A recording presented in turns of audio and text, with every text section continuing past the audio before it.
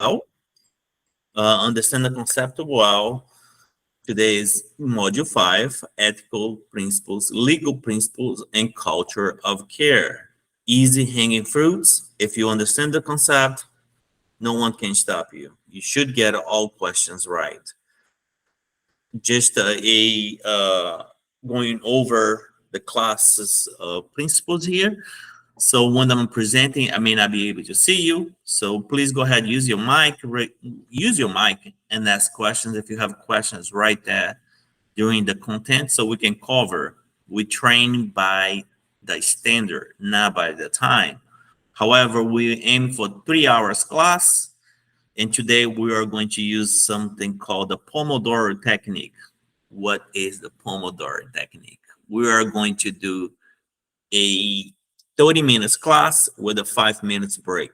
I know most of you guys just finished module 4, Dr. Susan Goldwardley, and now we're starting module 5. Okay, so every 30 minutes we are going to take a quick break so that everyone is well focused on the content. During this time, turn it off your phones, shut the door closed, focus on this material, and you will get 100% of the questions correct on your test.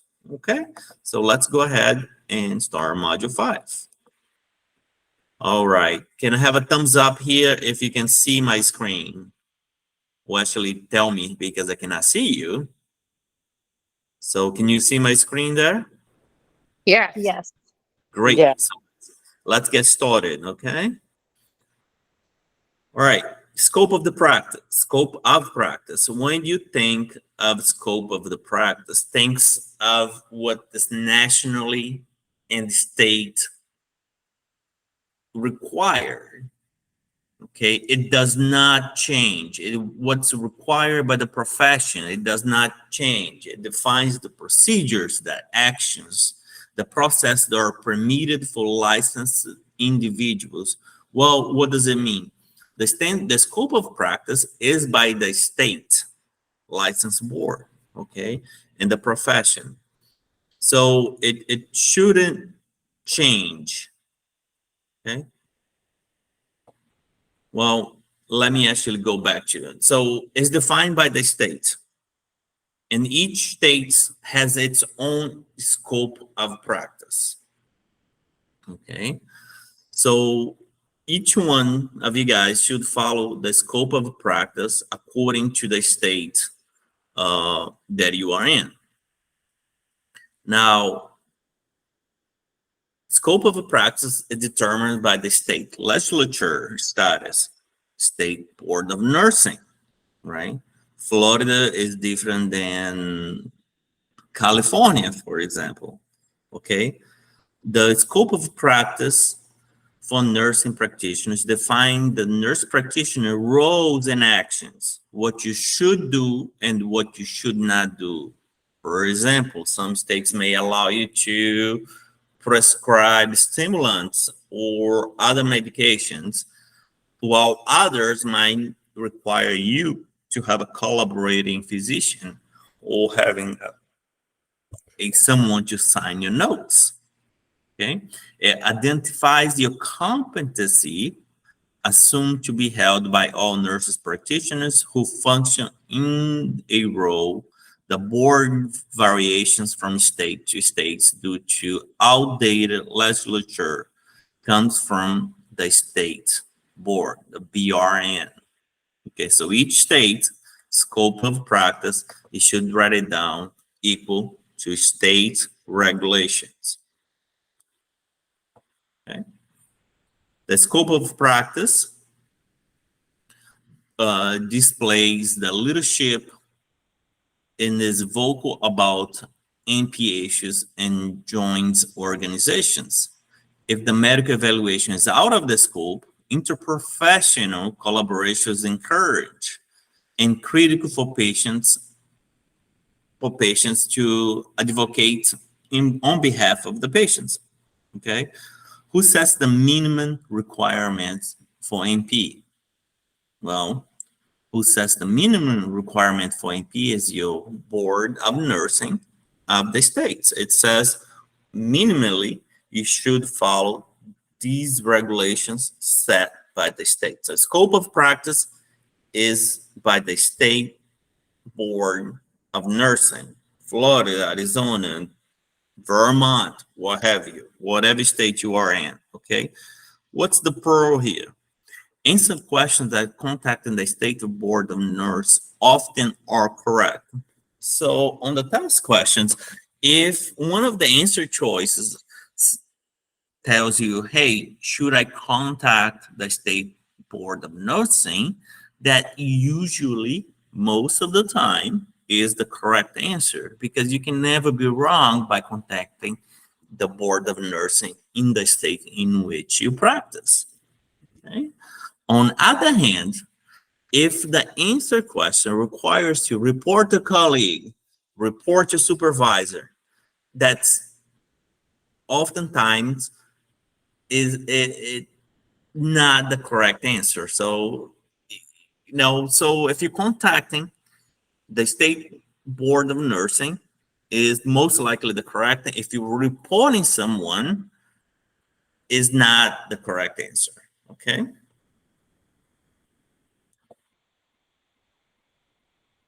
I hope that's clear. That's the the scope of practice, okay? So what is the standard of practice? Different than the scope of practice. Scope of practice is the state. The standard of practice, that's ANA, the American Nurse Association. That does not change. It sets the guideline of what is the standard of practice. For example, if for the standard practice, if a question asks you, can you do surgery? No, that's not new standard of practice or neither regulated by your state. So the minimal standard of practice is set by the ANA. What is it? This is an authoritative statement regarding the quality and the type of practice that should be provided, right? So the standard of practice, I want to highlight next to it, equals quality of care. Think of, you saw the question, standard practice thinks of quality of care, okay? Is a way to judge the care that you provided. It can be legally described as the care that must be met by a provider. For example, protocols or guidelines, okay? The law requires the PMHNPs to carry out per reasonable, prudent criteria that other nurses practitioners would do in a regular or in a similar situation. Standard practice equal quality care. Thus, providing a high quality care that's consistent with established standard of practice is critical. Standard of care, think of quality. Standard of practice, standard of practice thinks of a standard of care, okay, which equals to quality care. Where does the NP code of ethics come from? ANA. The ethics, NP codes of ethics comes from ANA. Okay, so here again, right? Standard of practice, that's your assessment, your diagnosis, your outcome, your planning and implementation. Standard of practice, right? So, it looks at the evaluation of the patient and so forth.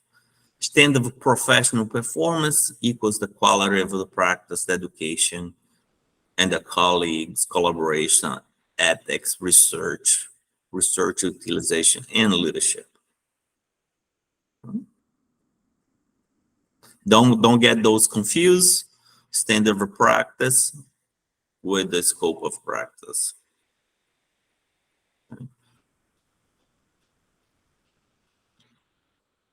All right. Let's talk about confidentiality of care. It's the patient's right to assume that the information given to the provider will not be disclosed. Okay? It requires you obtain a signed medical authorization and a consent form to release medical records information when requested by the family members or other healthcare provider. What does that mean? Well, you cannot release information without authorization of the patient, even if it's is a family member, right? For example, releasing patient information to the pharmacy require patient consent. This is especially true, okay, when it is in a different organization, meaning if you are into a organization, the healthcare group, and the patient did the confidentiality agreement and signed it and said, hey, the information can be released, so their organization can release to everyone that's involved in the patient care. However, if that release of information is going to a different organization, it may require a different signing agreement. Okay. HIPAA does not allow the PMHNP to make most of the disclosure of psychotherapy. You cannot disclose information even when the psychotherapy notes for patients' conditions without their authorization. This is highly important, two separate release of information are required to release information on patients' chemical and psychiatric condition to a third party. What does it mean? Patients with depression, anxiety, schizophrenia, bipolar, you require one separate release of information. If the patient has depression, anxiety, if schizophrenia, bipolar, plus a substance abuse, you require a second set of release information. So you require two. If there is a chemical dependency involved, you require two different release of information. Okay. So what must be signed before any healthcare provider, what must be signed before any healthcare is in the States is released? When the patients first come in, right, you have to sign a privacy of practice statement, which is the privacy rules that provides that an individual has the right and adequate notice of how a covered entity may use and disclose the protected health information about the individual, as well his or her right and the covered entity's obligations concern the information. So the first thing the patient needs to sign is a privacy of practice statement. Okay, HIPAA rules applies to emails. Okay, and often it requires a two-way encryption for emails to be released. You cannot just email the patient information from your Yahoo account, your Gmail account. It has to be a two-way encrypted, meaning that you send an email from the organization, and often it will ask the patient to put up a password and so forth and log them into a different system. Okay, what's the purpose of the HIPAA? Well, the purpose of the HIPAA is the National Standard for Electronic Transaction.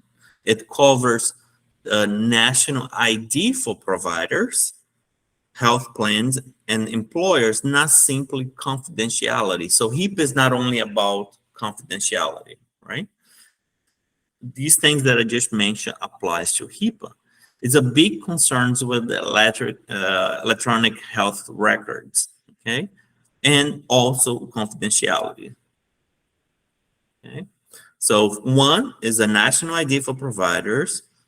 Two, we have to be mindful of the electronic medical records distribution. And three, HIPAA is also about confidentiality.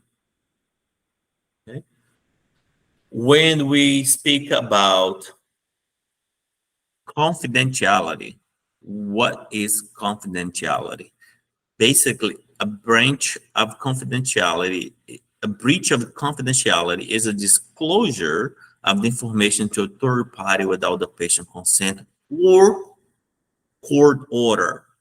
You do not need the consent from the patient if you have a court order. And we will cover a little bit more about confidentiality.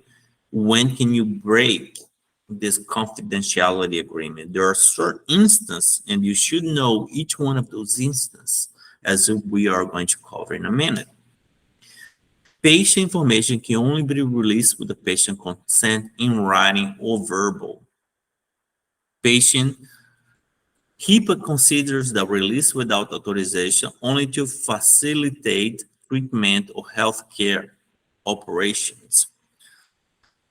So let's go on for the next slide here.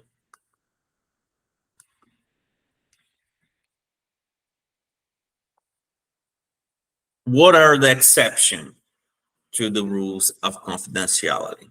This is very important because exceptions will happen and you need to know and memorize what are the exceptions, okay? The need for information outweighs the principle of confidentiality. Ask yourself, if you have not memorized the information, does the information release outweigh the principle of confidentiality? For example, if someone is passed out, can they give you consent? No, they can't. But do you need medical treatment at the exactly moment? Yes. So therefore, is an exception to the confidentiality agreement. You are authorized to release the information without the patient consent because the patient health outweighs the confidentiality agreement. So therefore, that's a part of the exception to confidentiality. If a patient intends to harm himself or herself or others, you don't need the patient confidentiality. You can go ahead and release the information to the correct authority body that will be involved in a case. Court order, subpoenas, and summons, that means you don't need authorizations. You've been ordered by the court to release the information. Information given to attorney involved in a litigation. You don't need confidentiality in that case, okay? Release of records to insurance company. Well, why? Well, they have to pay for the service provider.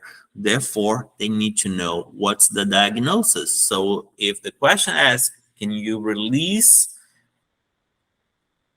the patient's record for the insurance? Yes, you don't need the patient's authority to do that. Unless if the patient specifically says, I don't want my information to be released to the insurance company and I'm paying cash. Different, right? That is the purpose of releasing the information to the insurance companies because they must pay for the service provided. Or when meeting states requirement for mandatory reporting of disease or condition. There are certain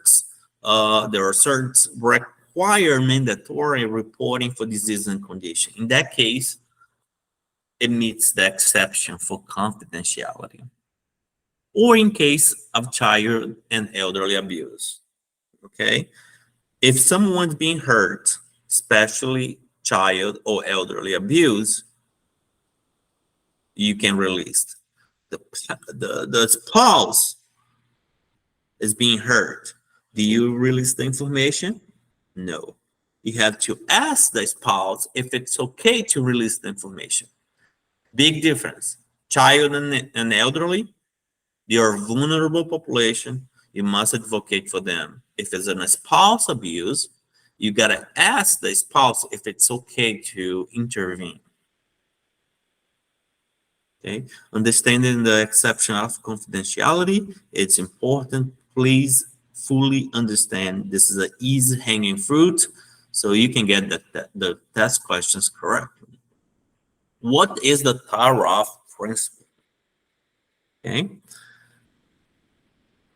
the Tariff principle is equal to duty to warn. You have the duty to warn potential victims of imminent dangers of homicidal of the client, or don't need to be homicidal, but if someone is threatening someone else and you really believe the threat is true, then you have the duty to warn the third party. However, not every state require enforcement of this principle. That comes what we covered early about contacting the state nursing board if a principle of terror-off is in play in the state or not. So when the test questions is global, meaning it should be applying as a global view of all states, right? So because of this discrepancy, right, duty to warn, the thorough principle, and should I report or not, always contact your state board of nursing. Okay, as we know, the thorough principle came out a few decades ago, and the laws have improved to side with patients most of the time, right?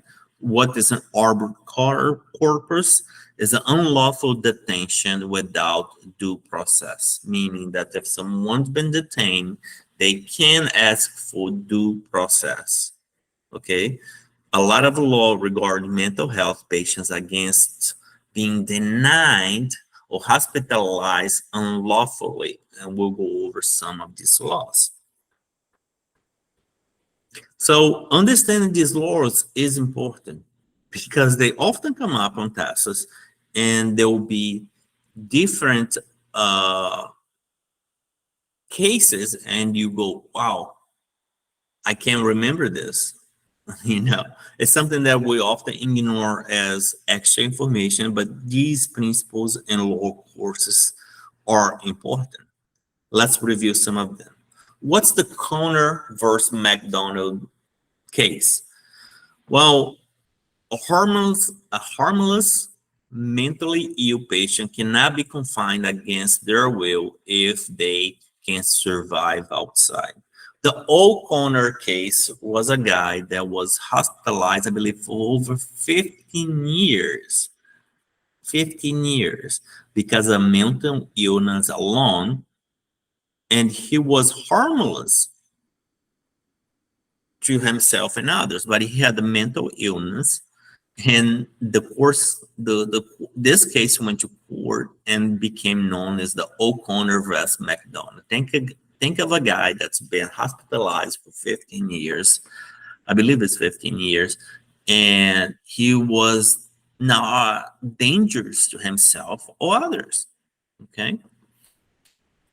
Patient has the right, always, in any circumstance, to the least restrictive environment and have informed consent.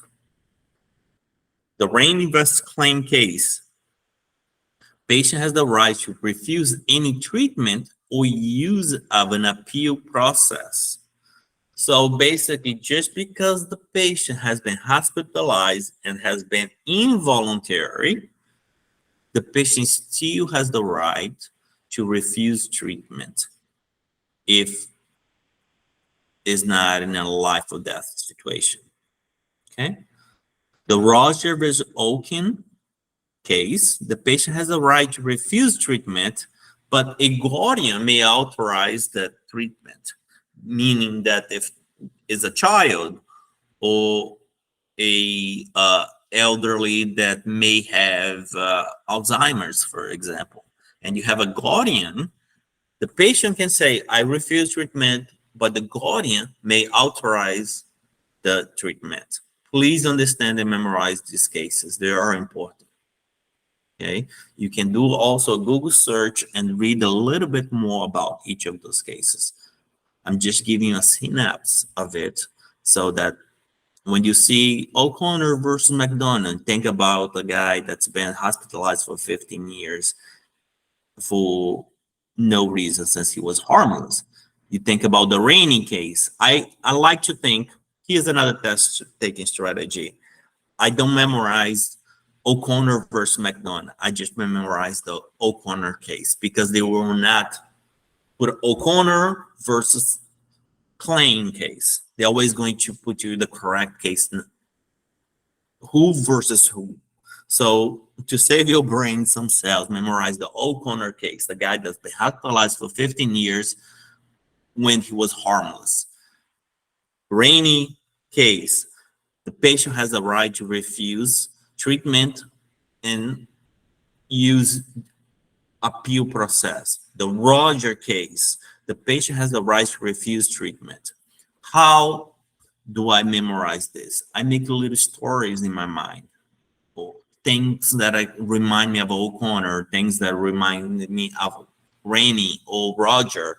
I say, my friend Roger, he's mentally ill and he refused treatment. However, his mother authorized the treatment. So that way it sticks to your head, okay? And I hope that helps someone. German versus USA, individual that's not criminally responsible if the unlawful act was a product of mental illness, right? So that's the case in which someone committed a crime, however, he was in a psychotic break. So he is not responsible for the actions if they're in the middle of a psychotic break. Ford versus Wainwright, the patient must be competent to be executed, to be sent to death penalty, right? A little bit different. One is saying, hey, German, you're not criminally responsible if you had a serious mental health illness that affected your judgment. Ford case, you cannot be sent to death if you're in the middle of a psychotic break. The Stark law is important. What is the Stark law? Meaning that I am a healthcare provider. My friend, Dr. Susan Goldwardley, works outside and she has a practice. She cannot give me money, dinner, boat rides, or what have you, in order for me to suggest or indicate her service for other patients. I cannot receive money to suggest someone's service. You know, I cannot say, even if she's the best in the field. Okay, if I'm receiving money or any gains, I can now refer to Dr. Susan, even though she is the best in the field. If I'm going to refer Dr. Susan because she is in the best of the field, therefore I should not ever receive any compensation. Okay. Pharmaceutical companies pay off students' loan. That's a contradiction of the Stark law. That's a no. Then you work for a company. Let's say you work for a company and you provide samples to the patient and provide the and provides the company with the sponsor education and get paid. If you're getting paid, is a conflict of interest. Therefore, you are breaking the Stark law. Okay, so German individual cannot be responsible if it was in the middle of a serious mental health illness. Ford, think about the car. Ford is never dead. The car Ford, never dead. That's how I always remember of the Ford for many years. Meaning, one cannot be sent to the death penalty if they had a seriously mental health illness. Stark law, think about money or gains for providing service to someone else. Okay. I cannot see you, but please go ahead, ask the question. I was wanting to find out, so like with these laws, does it mean like for instance, it's the patient must be competent to be executed.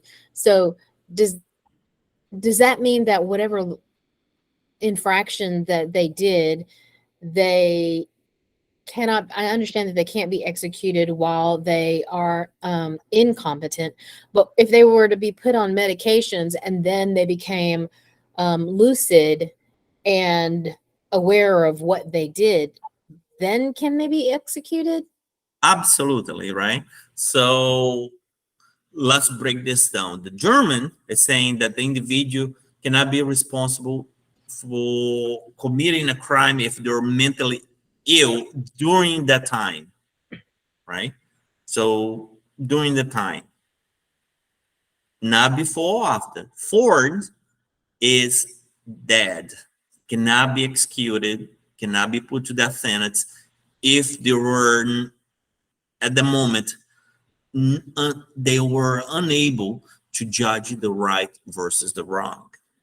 Okay, and each of those cases been challenged before, and there are variations of that depending on the state, and obviously the whole game with the lawyers and who presents the best case, and if you can show the evidence out there. Okay, but yes, the mental illness alone will not save you from a crime. You will get your penalty. The question is, were you lucid or not? And the lines will be blurry most of the time. It will never be a clean cut case. Does it answer your question? I think I'm still a little bit confused. Please, So, please go ahead. So I think the answer to your question is yes, if they have a mental health condition. However, you go to the next step. Were they conscious about what they were doing or not? If the answer is yes, then they can be put to death. If the answer is no, then they should not be put to death due to the Ford versus Wainwright case. okay, so it's at the moment of time. So for instance, an example. So I am not competent and I go and I murder someone and they take me in. They put me on psychiatric medications while I'm in the jail. And now I become lucid and aware and I go to trial. Can I be executed for that because now I'm lucid? Or is the answer you were not lucid at the time that you did it, and so therefore you cannot be executed, even though I'm lucid now? Then Correct. you can be, I'm sorry, Dr. Lopez. Yes, you can be executed. I had a patient that committed sexual assault while he was having a psychotic breakdown, completely off medications, and the patient, of course, was psychotic. So he committed this sexual assault, and then he was put in jail. After treatment and stabilization, the patient went on to trial, and then he was convicted. But yes, the answer is yes. At that moment of the crime, if they are incompetent, they cannot. But if they regain lucidness, yes, they can. They have to. Okay, and is that only with specifically execution? Because that's a big one. So does that also work the same for execution or no? That's correct. Yes, ma'am. After regaining lucidness, they are subject to any punishment that they may get. Okay, all right, thank you. Okay. And in the, I think we are going nitty gritty here, right? The test questions for test purpose is very different in life, right? So the questions will most likely be clear cut because you're not a lawyer. We're not testing you on your, the laws. We're giving you a very simple synapse here. Okay. The test will never be like the patient was incompetent and unable to define from right and wrong, and then went to jail and then start taking medication, then become competent. Can the patient be, it will never be that way. It will simply be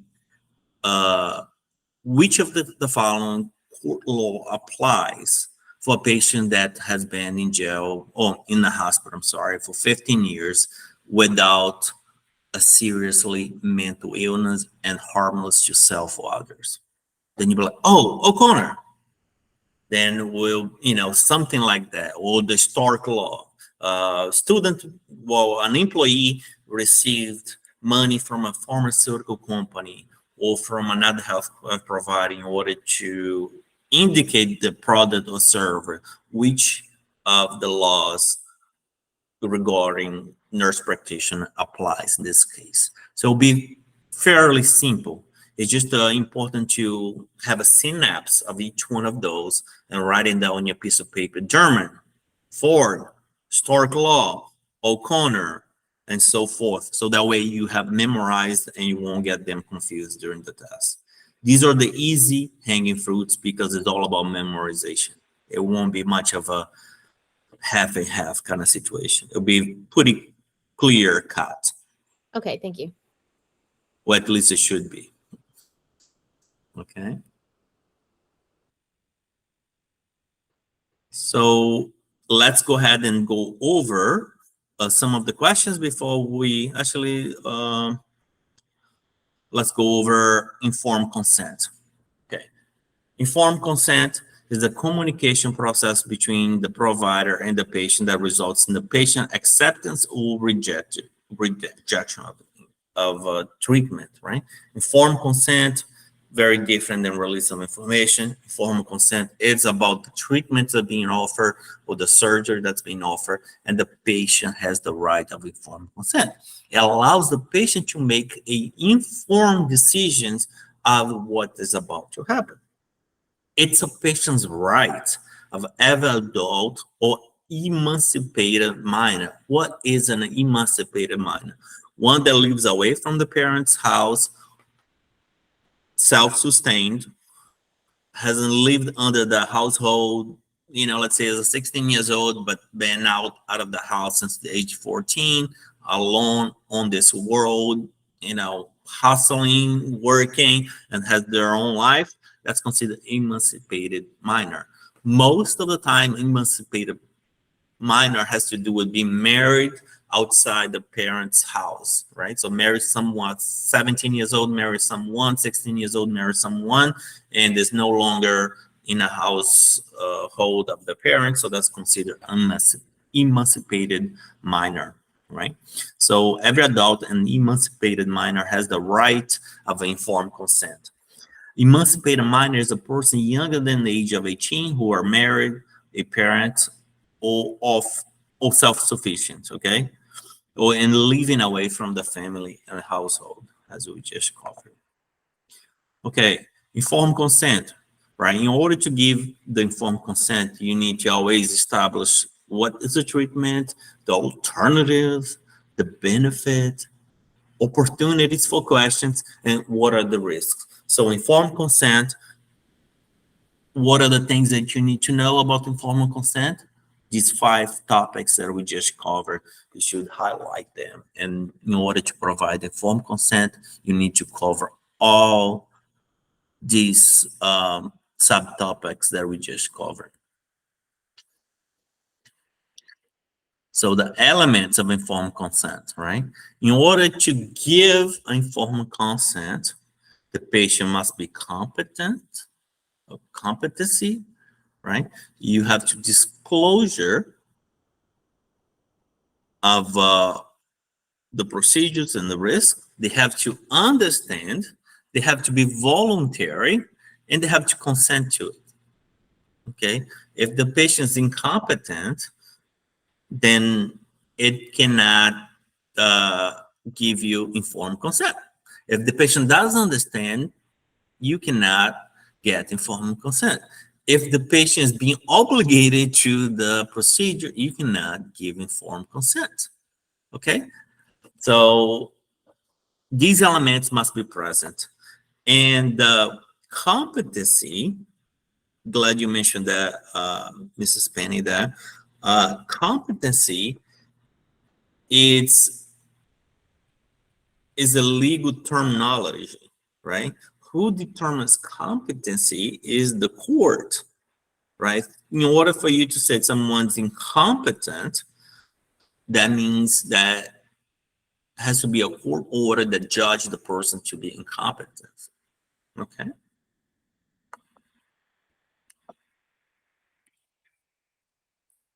All right. So at this time, let's take a 5 minutes break. If Dr. Susan, can you stop the recording? We'll go ahead and be back within 5 minutes to There was get